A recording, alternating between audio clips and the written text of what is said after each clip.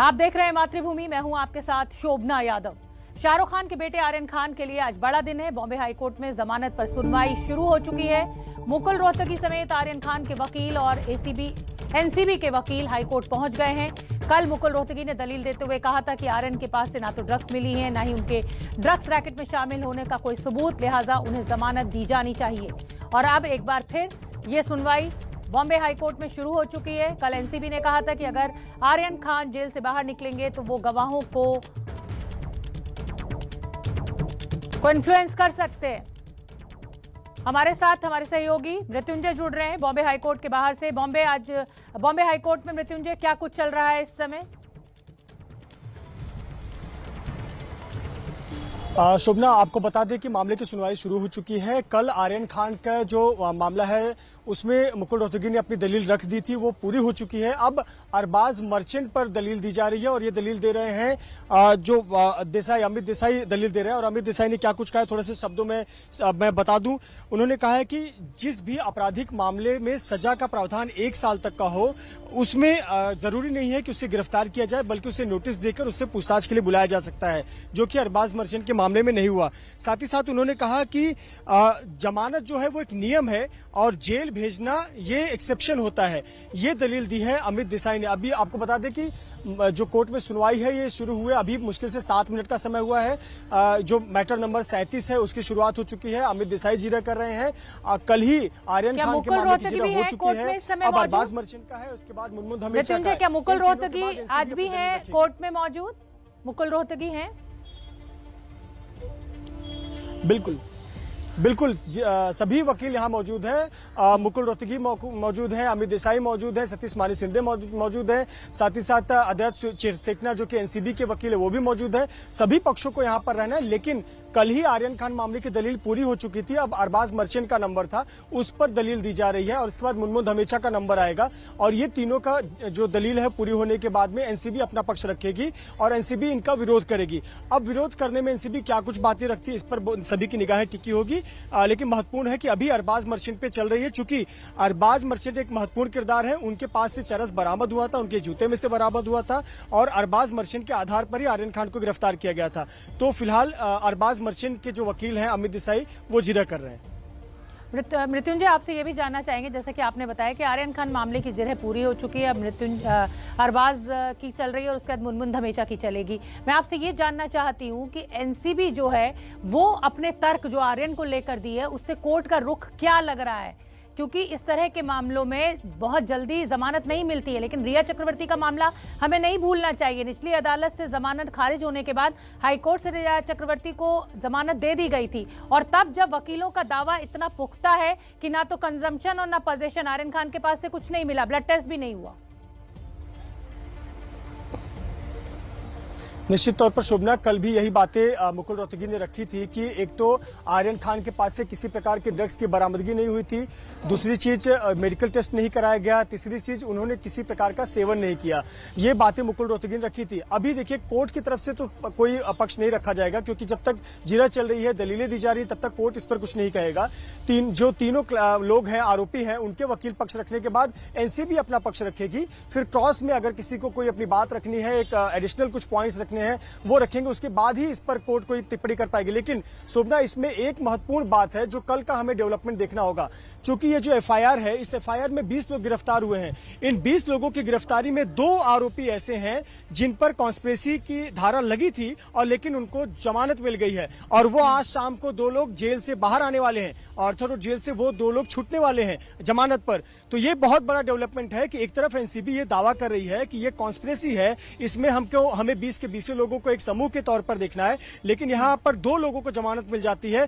मुझे लगता है कि जो वकील हैं आर्यन के या मुनमुन हमेशा के या फिर अरबाज मर्चेंट के, वो इस बात को यहां कोर्ट में रखने वाले हैं कि इसी केस से संबंधित 2 लोगों को जमानत मिल गई है, तो बाकी के साथ ऐसा अन्याय क्यों? ये दलील भी रखी जा सकती है, इस पर निगाहें टिकी होंगी। लेकिन बहुत महत्वपूर्ण है कि एनसीबी को बहुत झटका लगा है जब एनसीबी ये दावा करे कि एनडीपीएस की धारा 29 लगी है। 29 का मतलब है कि कॉन्स्पिरेसी, साजिश जिसमें सभी लोग शामिल हैं, उसमें से 2 लोगों को जमानत मिल गई। तो निश्चित तौर पर ग्राउंड ये बनता है कि जिसके पास से ड्रग्स नहीं मिला, जिसने कंज्यूम नहीं किया, जिसका मेडिकल टेस्ट नहीं हुआ, उसे आप कब तक जेल में रख सकेंगे या फिर उसकी गिरफ्तारी कितनी जायज है? ये दलील निश्चित तौर पर आर्यन खान और अन्य जो वकील है वो उठाएंगे। जी मृत्युंजय, और जहां तक मेरी जानकारी है, अगर मैं गलत नहीं हूं आप मुझे ठीक कीजिएगा, इसमें से जिन 2 आरोपियों की आप बात कर रहे हैं जिनको जमानत दी है, उनके पास से कुछ क्वांटिटी में ड्रग्स बरामद भी हुई थी, उसके बावजूद उनको आज जमानत दे दी गई है। तो फिर आर्यन खान का केस तो बहुत मजबूती के साथ उनके वकील रख रहे हैं कि ना कंजम्पशन है ना पोजेशन है। जी बिल्कुल, ये जो 2 लोग हैं, एक अविन साहू नाम के हैं और एक अमित नाम के हैं, ये 2 लोगों को जमानत मिल गई है, सेशंस कोर्ट से जमानत मिल गई है। दरअसल इसमें जो एक आरोपी हैं, ये मुंबई से गोवा गए हुए थे उसी क्रूज पर। जब वो क्रूज से वापस मुंबई लौटे थे तो टर्मिनल पर उनको गिरफ्तार किया गया, लेकिन उनके पास से बरामदगी नहीं हुई थी। और एक जो दूसरे थे, उनके पास पड़ा हुआ, ना कि उनके पास बल्कि उनके आसपास घिरा हुआ ड्रग्स बरामद हुआ था, ऐसा दावा एनसीबी ने किया था। यानी कि 2 लोगों का प्रत्यक्ष रूप से उनके पास से ड्रग्स नहीं मिला था। कंजम्पशन का आरोप लगाकर एनसीबी ने उन्हें गिरफ्तार किया था, लेकिन साथ ही साथ एनडीपीएस की धारा 29 भी लगाई थी, जो कि कॉन्स्पिरेसी की धारा है, और इसी आधार पर उनको अरेस्ट किया गया था। लेकिन सबसे महत्वपूर्ण बात है कि सेशंस कोर्ट के जो विशेष एनडीपीएस कोर्ट है, उस एनडीपीएस कोर्ट ने इन दोनों को जमानत दे दी है। और आज शाम को 6 बजे जब ऑर्थो रोड जेल के समय समाप्त हो जाएगा तो उन दोनों को जेल से छोड़ा जाएगा जमानत पर। बहुत बड़ा डेवलपमेंट है। इसे इस तरीके से देखिए कि एनसीबी को बहुत बड़ा झटका लगा है कि एनसीबी जो बड़े बड़े दावे कर रही है कि एक अंतर्राष्ट्रीय रैकेट है, हमने मिनिस्ट्री ऑफ एक्सटर्नल अफेयर को पत्र लिखा हुआ है, उसी में से 2 लोगों को जमानत मिल रही है। तो आर्यन खान का मामला भी जिस विदेशी नागरिक को, बिल्कुल मृत्युंजय, और जिस विदेशी नागरिक की गिरफ्तारी इन 20 लोगों में शामिल है, एक जो वो विदेशी नागरिक है, उसके साथ भी आप आर्यन खान का कोई डायरेक्ट लिंक अभी स्टैब्लिश नहीं कर पा रहे। कोर्ट में ऐसा कोई भी सबूत एनसीबी रखने में कामयाब नहीं हुई है। आप बने रहिए मृत्युंजय, और इस बड़ी खबर पर हमारी नजर बनी हुई है। जिरह चल रही है। अरबाज मर्चेंट के वकील अमित देसाई ने कोर्ट में अपने मुवक्किल की जमानत की मांग करते हुए 2 जजमेंट्स का हवाला दिया है। देसाई ने अरनेश कुमार और बलदेव सिंह केस का हवाला देते हुए कहा कि छोटे मोटे अपराधों में गिरफ्तारी अपवाद है। ये अरनेश कुमार के फैसले, जजमेंट का हवाला का फरमान अमित देसाई के द्वारा आज बॉम्बे हाई कोर्ट में पेश किया गया। मृत्युंजय, हमारे सहयोगी लगातार बने हुए हैं। मृत्युंजय, जिन 2 केसेस का जिक्र अमित देसाई के द्वारा किया गया, वो क्या केसेस थे और वो इस केस में कैसे फायदेमंद हो सकती है ये दलील? देखिए, आपको बता दें कि अमित देसाई अलग अलग जो साइटेशंस हैं, अलग अलग जजमेंट्स हैं, उसका हवाला दे रहे हैं। इसमें ये बताना चाहते हैं कि जो जब भी किसी आरोपी के पास से कोई कंजम्पशन ना हो या कोई बरामदगी ना हो, और जब सजा का प्रावधान अधिकतम 1 साल का हो, तो ऐसे पर उसे नोटिस देकर उसे पूछताछ के लिए बुलाया जाता है, ना कि उसे जेल में भेजा जाता है या उसे कस्टडी मांगी जाती है। उसे नोटिस देकर उससे पूछताछ किया जा सकता है। इसी आधार को, साइटेशंस को, वो जजमेंट्स को पढ़ते जा रहे हैं। साथ ही साथ अमित देसाई ने कुछ बातें जो कोर्ट में कही है, मैं उसे आपके सामने रखना चाहूंगा। अमित देसाई कोर्ट में यह कह रहे हैं कि जब 2 से 3 लोगों को अलग अलग समय पर गिरफ्तार किया गया, उस समय सबूतों के आधार पर गिरफ्तारी की जरूरत क्यों नहीं पड़ी? उस समय तो साजिश की बात नहीं आई थी। ये एक दलील रखी है कि आप कॉन्स्पिरेसी की बात एनसीबी कह रही है, लेकिन कॉन्स्पिरेसी की बात तो 1 हफ्ते बाद आई। तो उस समय जब 2 तारीख को गिरफ्तार किया गया, तब तो कोई कॉन्स्पिरेसी की बात नहीं आई थी। तो उसके लिए अब तक क्लाइंट्स को जेल में क्यों जाना पड़ा या उन्हें जमानत नहीं दी गई, ये एक बात अमित देसाई ने कही है। साथ ही साथ उन्होंने ये कहा है, एक तर्क दिया है कि सीआरपीसी की धारा 41A के तहत नोटिस दिया जाना चाहिए था। चूंकि उन्हें नोटिस नहीं दिया गया, इसलिए उन्हें जमानत पर रिहा किया जाना चाहिए। ये दलील जो है अमित देसाई ने कोर्ट में रखी है। साथ ही साथ अमित देसाई ने अभी एक बात कही है कि पहली रिमांड अर्जी में साजिश की बात नहीं की गई थी, इसलिए अदालत पहली रिमांड के समय यह विश्वास करने में गुमराह हुई है कि एनडीपीएस अधिनियम की धारा 28 और 29 के तहत भी आरोप लगाया गया था। तो ये बातें जो है वो अमित देसाई कोर्ट में लगातार कर रहे हैं, कुछ जजमेंट्स का हवाला दे रहे हैं, कुछ बातें कर रहे हैं। मैं आऊंगी आपके पास। बॉम्बे हाई कोर्ट में इस वक्त आर्यन खान की जमानत पर सुनवाई चल रही है। जोरदार तरीके से दलीलें कल भी चली और आज भी जारी हैं। आर्यन के साथ अरबाज मर्चेंट के वकील अमित देसाई इस समय मजबूती के साथ अपनी दलीलें रख रहे हैं। इसके बाद एनसीबी के वकील जिरह करेंगे। वहीं क्रूज ड्रग्स केस को पकड़ने वाले अफसर समीर वानखेड़े को लेकर विभागीय जांच भी शुरू हो चुकी है। एनसीबी के जोनल डायरेक्टर समीर वानखेड़े ने 5 सदस्यों की विजिलेंस कमेटी के सामने कहा है कि उनके ऊपर लगाए गए सभी आरोप निराधार हैं। तो 2 तस्वीरें इस समय आपके सामने। बॉम्बे हाई कोर्ट में अरबाज मर्चेंट के वकील इस समय अपना पक्ष रख रहे हैं। कल आर्यन खान के वकील मुकुल रोहतगी ने अपना पक्ष रखा था और इसके बाद मुनमुन धमेचा का जो वकील है वो अपना पक्ष रखेंगे। और दूसरी तस्वीर भी बहुत अहम हो जाती है। आर्यन खान केस के जो जांच अधिकारी हैं वही अब जांच के घेरे में है।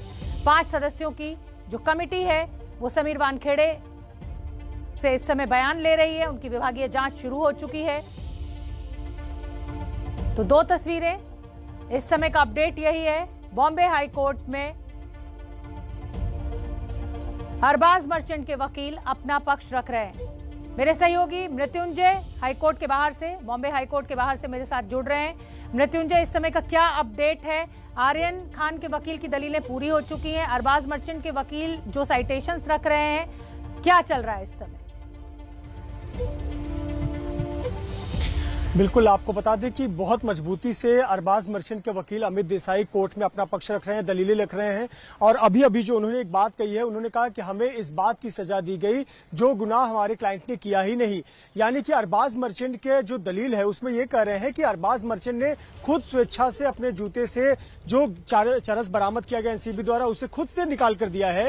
वो एक कंजम्पशन क्वांटिटी का है, लेकिन उस वक्त को कॉन्स्पिरेसी की बात नहीं आई थी और उन पर कॉन्स्पिरेसी की धाराएं लगाई गई। तो यही दलील है कि इस बात की सजा दी जा रही है कि जो उन्होंने क्राइम ही नहीं किया, जो कमिट ही नहीं किया। आपको बता दें कि अरेस्ट मेमो पढ़ा जा रहा है। अरेस्ट मेमो में जो बातें दावे किए गए थे एनसीबी द्वारा, उसकी दलील दी जा रही है और उसमें बताया जा रहा है कि किस प्रकार से जो अरबाज मर्चेंट है उनकी भूमिका क्या है। उन्होंने खुद उस वहां पर बताया कि मेरे जूते में चरस है। उन्होंने ड्रग्स एनसीबी के अधिकारियों को हैंडओवर कर दिया, लेकिन ना तो उसका कंजम्पशन किया और ना ही कॉमर्शियल क्वांटिटी में है और ना ही ये बात स्पष्ट होती है कि वो किसी को बेचने आए थे या उससे कोई आर्थिक लाभ यानी पैसा कमाने आए थे।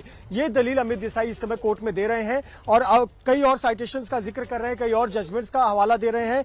जो जो धाराएं लगाई गई हैं एनडीपीएस की, उसका उन धाराओं का जिक्र करते हुए कह रहे हैं कि ये धाराएं मेरे क्लाइंट पर लागू नहीं होती हैं, क्योंकि जो धाराएं लगाई गई हैं खरीद फरोख्त की, पैसा कमाने की, साजिश की, ये धाराएं अरेस्ट मेमो में मेंशन नहीं की गई हैं। तो बार बार उनका यही कहना है कि मेरे जो क्लाइंट है अरबाज मर्चेंट, उनको इस बात के लिए सजा दी जा रही है कि जो उन्होंने किया नहीं है। साथ ही साथ एक बात और कही है कि खरीद और बिक्री के बारे में अपने अस्वीकार्य स्वैच्छिक बयानों को दूसरे द्वारा आपत्तिजनक सामग्री कहा जाता है, लेकिन मेरा केवल उपभोग के बारे में है। यानी कि जो अरबाज मर्चेंट का दलील दी जा रही है उसमें सिर्फ इतना कहना है कि मेरे कंजम्पशन क्वांटिटी की बात हो रही है।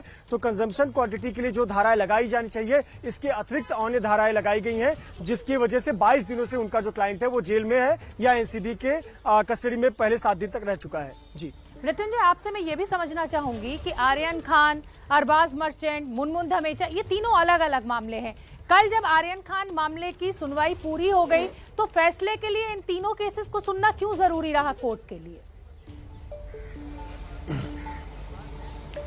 देखिए, यहाँ पर एनसीबी की जो बात है उसको ध्यान में रखना होगा कि चूंकि एनसीबी ने पूरे केस को एक एफआईआर केस माना है ना, एफआईआर एक है और पूरे जो एनसीबी की धाराएं लगाई गई हैं एनडीपीएस की, वो धाराएं एक ही लगाई गई हैं। तो यहाँ पर इनको एक क्राइम के आरोपी के तौर पर देखा जा रहा है, एक इंडिविजुअल के तौर पर नहीं देखा जा रहा है। यहाँ सिर्फ आर्यन खान का एक मामला नहीं है कि एनसीबी के नजरिए से कि सिर्फ आर्यन खान वहां पर पकड़े गए, अरबाज पकड़े गए। ये सभी एक जगह जा रहे थे, एक मकसद के लिए जा रहे थे, ऐसा एनसीबी का दावा है। ये सभी साजिश का हिस्सा है, तो इसे एक तरह से देखा जा रहा है। एफआईआर नंबर एक ही है, तो इसीलिए जब पूरे एफआईआर के तीनों आरोपी हैं एक जगह पर, इन तीनों की जमानत अर्जी एक साथ आई है, तो एनसीबी भी इन तीनों के बारे में अपना पक्ष जो है वो कोर्ट में रखेगी। इसीलिए फैसला भी जो है इन तीनों पक्षों की सुनने के बाद एनसीबी के वकील जो है अद्वैत सेठना, वो अपना पक्ष रखेंगे और उसके बाद अदालत अपना फैसला सुनाएगी। इसीलिए इन सभी के सुनने के बाद ही फैसला अपेक्षित है। जी ठीक है मृत्युंजय, तो क्या ये संभावना भी देखी जाए कि इन तीनों में से किसी एक को जमानत मिल जाए, बाकी दो को ना मिले, या दो को मिल जाए एक को ना मिले? ये कोर्ट के अपने उस पर होगा कि कोर्ट इन सभी दलीलों को किस तरह लेता है और किसका मामला कितना मजबूती के साथ उसके वकील रखते हैं और कोर्ट कन्विंस होता है। बिल्कुल सही कहा शोभना आपने। यही आमतौर पर होता भी है कि आप जो आरोपी हैं उनके वकील कितने दलीलें रखते हैं और कितनी दलीलों से कोर्ट संतुष्ट होता है, कितने दलीलों को कोर्ट मान्य करता है, कितने साइटेशंस जजमेंट को कोर्ट मान्य करता है। यहाँ पर जो आर्यन खान के वकील मुकुल रोहतगी ने जो पक्ष रखा, क्या वाकई कोर्ट उससे संतुष्ट है, तो उस पर एक अलग विचार कर सकता है। अरबाज मर्चेंट के बारे में चूंकि उसके पास से ड्रग्स बरामद हुआ है, उस पर कोर्ट क्या सोचता है, उनकी एक अलग विचार हो सकती है। मुनमुन धमेचा जिसके पास से तो बरामद नहीं हुआ, लेकिन उसके पास गिरा हुआ ड्रग्स बरामद हुआ था, नजदीक में पड़ा हुआ, तो उसके बारे में कोर्ट क्या सोचता है। तो ये निश्चित तौर पर वकीलों की जो दलीलें होती हैं उस पर बहुत कुछ निर्भर करता है, कितनी मजबूती से पक्ष रखते हैं कोर्ट का। अब इसमें जो जजमेंट ऑर्डर आता है ये बहुत मायने रखता है, तो ऑर्डर में पता चलेगा कि किस आधार पर किसी अगर जमानत दी जाती तो क्यों, नहीं दी गई तो क्यों। बिल्कुल ठीक है। आप मृत्युंजय नजर बना के रखिए, इस बड़ी खबर पर हमारी नजर बनी हुई है। In the last parliament session, during the last parliament session, we had raised this issue of Pegasus, and because we felt that it was an attack on the democratic structure, on the foundations of our nation, and we had jointly blocked parliament. So today the Supreme Court has given its opinion and basically supported what we were saying. What we were saying, we were asking three basic questions. Who authorized Pegasus? Which agency, which person authorized Pegasus? As we all know, Pegasus cannot be bought by a private individual. It has to be bought by a government. It is a weapon. So our first question was, who authorized Pegasus? Our second question was, who are the victims of Pegasus? Who was it used against? Because there is a list of people, including politicians, opposition leaders, BJP members, Supreme Court people. So there's a Chief Justice of India. There's a list of people. So we asked, who are these people that have been attacked? And the final thing was, and I think this is a very important thing, did any other country have access to information of our people? Were they privy? Was this data kept with them? And we didn't get any answer. In fact, no reply was given to us. Pegasus is an attempt to crush Indian democracy. It's an attempt to make sure that the vibrancy of the democracy, the conversation that takes place in a democracy, are crushed and people are controlled. So it's a big step that the Supreme Court has said that they're going to look into this matter. I'm confident that we will get the truth out of this. So if you have any questions, Hindi, sorry. Parliament के session में हमने Pegasus का मुद्दा उठाया था। Pegasus देश पर, देश के इंस्टीट्यूशंस पर एक आक्रमण है, अटैक है। और हमने 3 सवाल पूछे थे। पेगासस को किसने खरीदा? क्योंकि पेगासस को कोई प्राइवेट पार्टी, इंडिविजुअल नहीं खरीद सकता है। पेगासस को सरकार ही खरीद सकती है, ये एक हथियार है। और हमने पूछा था, सरकार में ऑथराइजेशन किसने दी, साइन ऑफ किसने किया? दूसरा हमारा सवाल था कि पेगासस किन किन लोगों पर डाला गया था, किन लोगों की टैपिंग की गई थी, किन के फोन्स इन्फेक्ट किए गए थे। क्योंकि एक लिस्ट है जिसमें चीफ जस्टिस का नाम है, सीईसी का नाम है, ऑपोजिशन के नेताओं का नाम है, बीजेपी के मंत्रियों का, एमपीज का नाम है, बहुत सारे एक्टिविस्ट का नाम है। तो हमने पूछा ये किन लोगों पर यूटिलाइज किया गया था। और आखिरी सवाल, जो बहुत जरूरी सवाल है, क्या पेगासस का डेटा किसी और देश के पास भी था या सिर्फ हिंदुस्तान की सरकार के पास? जवाब नहीं मिला। हमने पार्लियामेंट रोका, जॉइंटली विपक्ष मिलकर एक साथ खड़ा हुआ और हमने पार्लियामेंट को रोका। उस समय आपने भी कहा कि देखिए सरकार पार्लियामेंट चला रही है, कांग्रेस पार्टी और विपक्ष क्यों रोक रहे हैं? हमने इसलिए रोका क्योंकि ये हमारे देश पर आक्रमण है, हमारे लोकतंत्र पर आक्रमण है और हमारी जो वाइब्रेंट डेमोक्रेसी है उसको नष्ट करने का अटेम्प्ट है। अब आपके कोई सवाल हो तो पूछिए। We'll start with you, PTI. Now that the Congress stand has been vindicated by the Supreme Court, what would be your next step in taking this issue further to the legal side? Well, of course, this is now going to be looked at by the court. But as I said, central institutions of this country were attacked by Pegasus. We all know that that's not the only attack that is taking place. There are many different ways in which the idea of India is being attacked. Pegasus is, of course, a particularly nasty and subversive way of doing it. It is a way basically to control the politics of the country, to frighten people, to blackmail them into not doing what they're supposed to do, right? Not allowing the democratic process to work. For us, we are quite happy that the Supreme Court has accepted to look into this. There is the institution of Parliament where we will raise this again, and we will try to have a debate in Parliament. I am pretty sure the BJP would not like that debate, so they will make sure that that debate is stalled, but we will try to hold that debate. And then we will tell the people of India that the idea of India is being attacked. Thank you. Siddharth from ANI. Sir मेरा सवाल यही आपके साथ parliament में उठाएंगे इससे पहले जब आपने ये बात की थी तो कहा था कि एबीसी भी होनी चाहिए कि कोर्ट की निगरानी में तो जांच होगी किसी Huh? जांच ही हो रही हाँ. है, कह रहे हैं JPC। नहीं, but अब now it is in the court का मैटर है, तो वो इंक्वायरी हो रही है, बट हम चाहेंगे पार्लियामेंट में इसका डिस्कशन हो। और देखिए, ये पेगासस जो है, ये या प्राइम मिनिस्टर ने ऑर्डर किया है या फिर होम मिनिस्टर ने ऑर्डर किया है, ये कोई दूसरा व्यक्ति ऑर्डर नहीं कर सकता है। और अगर प्रधानमंत्री ने हमारे ही देश पर किसी और देश से मिलकर आक्रमण किया है, तो फिर इस पे प्रधानमंत्री की व्यू हम सुनना चाहते हैं।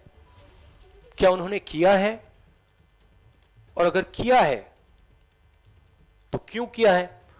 क्योंकि अगर हम लीगली देखें तो Pegasus is illegal. It is not legal in India to do snooping using Pegasus. So we would like to know why the Prime Minister is doing an illegal act. He's not above the nation. He's not above the institutions. Was this information that was coming, जो ये Pegasus से जो data मिल रहा था, इसमें chief ministers थे, former prime ministers थे, क्या ये जो डेटा आ रहा था ये क्या प्रधानमंत्री को मिल रहा था? ये क्या होम मिनिस्टर को दिया जा रहा था? ये हम जानना चाहते हैं, क्योंकि अगर इलेक्शन कमीशन का जो फोन है, जो टैप हो रहा है, अगर उसका डेटा प्रधानमंत्री को जा रहा है, अगर सीईसी का डेटा, ऑपोजिशन लीडर्स का डेटा प्रधानमंत्री को जाए, this is a criminal act. There is no other way of putting this. So we will follow that also. Thank you. One second. Let me go to Sunil first, and I'll come for the second round of questions. So you very correctly just now said this is a criminal act, and now you are putting all your eggs now on the Supreme Court committee. Why you wanted debate also in Parliament? Are you sure you will be happy with what is going to be the outcome? Because ultimately the truth has to come out. And we have been all wanting this, and everybody, you yourself have been saying that your phone has been tapped for the longest possible time. Do you feel really justice to be coming at this? Look, the court is going to look into this matter, and I am no one to comment on the actions of the Supreme Court, and what they choose to do. I hope they will do their job and provide justice. But this is a deeper problem, right? As I said, if the Prime Minister of India was privy to this information, I'd say it's one thing if you are using Pegasus to find out about terrorism, you're using Pegasus to find out about national security, that's a different issue. There are questions even about that, but that's a different issue. But if the Prime Minister is using this as a personal tool, meaning if the data is arriving on the Prime Minister's desk, then that's totally criminal, right? And we will follow that up. We will make sure that is followed up. Thank you, Raman from News 24. सरकारें, sorry, governments have been dropped, right? Governments have been dropped. In Karnataka, the government was dropped using Pegasus. So,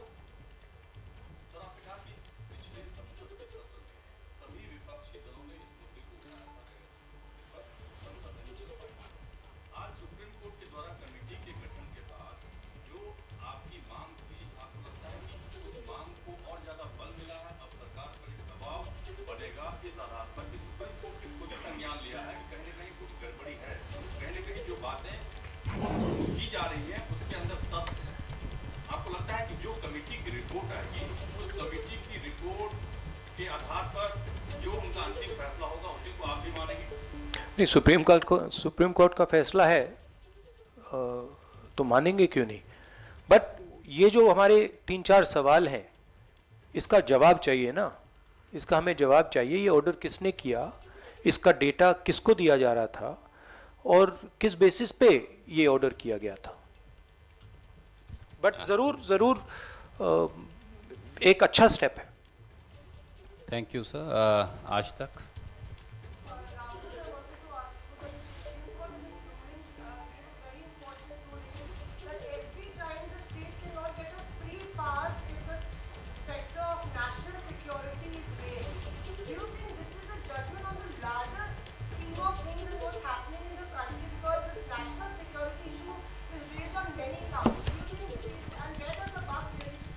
No, this issue is the opposite, right?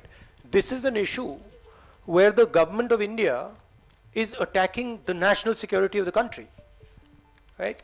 Our data, Indian data, data especially of senior people being handed to a foreign country is an attack on the national security of this country. So if it is true that this data is held outside India, data of our chief election commissioner, our opposition leaders, our chief minister is held outside India, then the government of India has attacked India itself. So there's no question of hiding behind national security. This is national security. They are attacking national security. Thank you, sir. Ashish.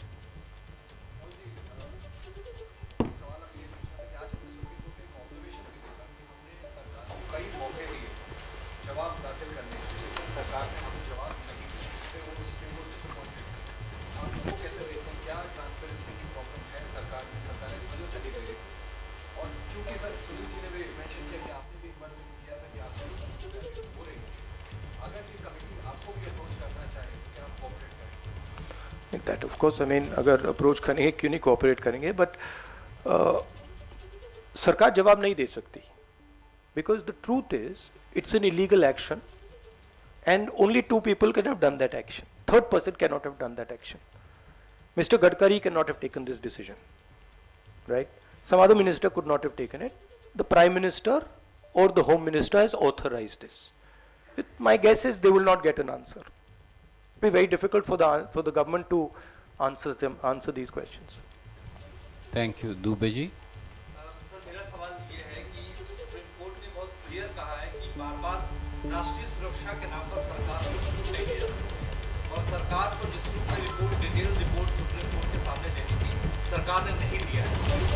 क्यों सरकार report, detail report supreme court में नहीं देना चाहती? और जैसे आपने कहा कि आपका भी फोन विकास में आया और कई मंत्रियों का सांसदों का आया, आखिर क्यों सरकार ऐसा करे, क्यों नहीं उसने अपनी रिपोर्ट सुप्रीम कोर्ट में?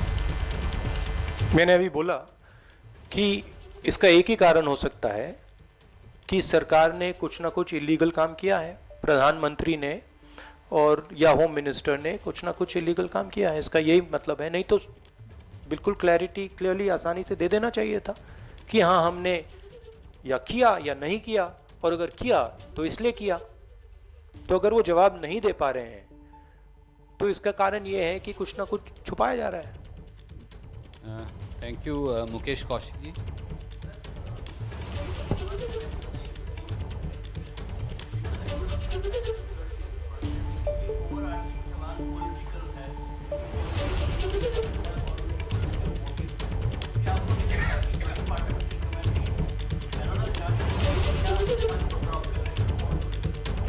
नहीं, I think now it is in the hands of the Supreme Court, so we have to respect that.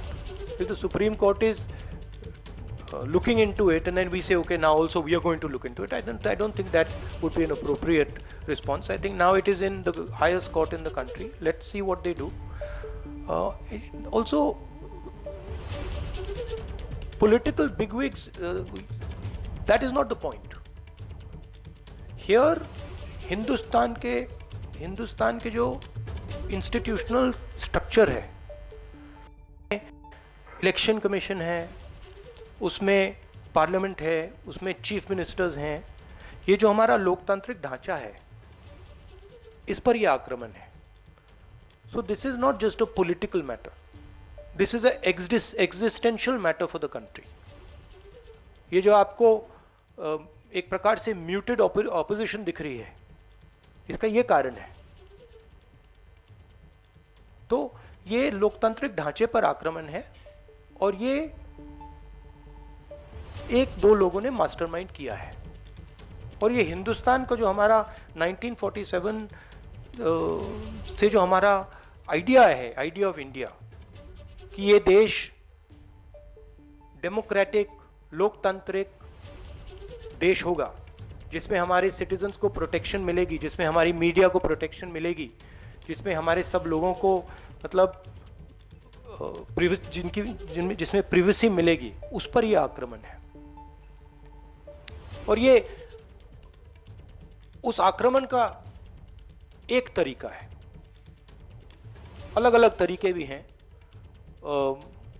जिस प्रकार से ईडी को यूज किया जा रहा है, जिस प्रकार से सीबीआई को यूज किया जा रहा है, जिस प्रकार से पार्लियामेंट में डिस्कशन अलाउ नहीं की जा रही है, ये सब अलग अलग तरीके हैं.